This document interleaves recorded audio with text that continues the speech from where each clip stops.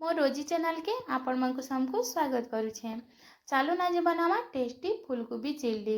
सेतिर एटा तो कैप्सिकम फूलकोबी प्याज आउ धनिया पतर कच्चा मिर्चा नहीं जाइछे। फूलकोबी रे ढेटा मानकु पहला काढ़ी देमा आ सेटा के फूलकोबी के हाथे एंता गोल गोल करी सब के काढ़ी करी पानी पके देथिमा आगरु। तार पे कैप्सिकम के मुइडा काटी देइछे, टिके बड़ बड़ पीस करी काटिछे। आ एटा के तार पे प्याज दुईटा नहीं जाइछे, सेटा के भी बड़ बड़ पीस करी मैं काटी देइछे। और प्याज के आमे कोल कोल करी सबू काढ़ी देमा एंता करी पीस पीस करी सबू के काढ़ी देमा और सेटा के रखी देमा। तार पे धनिया पतर के कुरकुटी करी एटा काटी देली, कच्चा मिर्चा दुईटा काटी देइछे।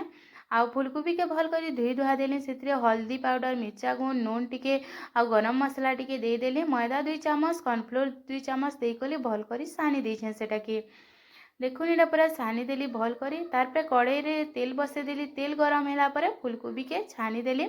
पूरा क्रिस्पी हेबा जे छानमा पूरा कुडुम कुडुम जेंता करूथबा आउटा देखुन पूरा लाल लाल हे जिबा। लाल लाल हे गला परे आमे सेटा के काढ़ी देमा।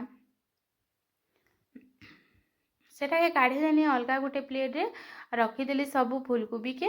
आउ तार पे नेक्स्ट प्रोसेसटा करमा।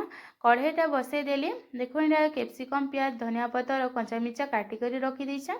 तापर सेतिरे तेल दे देली, कढ़ाई रे तेल गरम होला परे कच्चा मिर्चा प्याज आउ कैप्सिकम के भल करी टिके भाजी देली। बेसी तो नहीं भाजू, टिके भाजमा हल्का भाजमा। आउ एटा कच्चा कच्चा थिले टिके बहुत भल लागसी।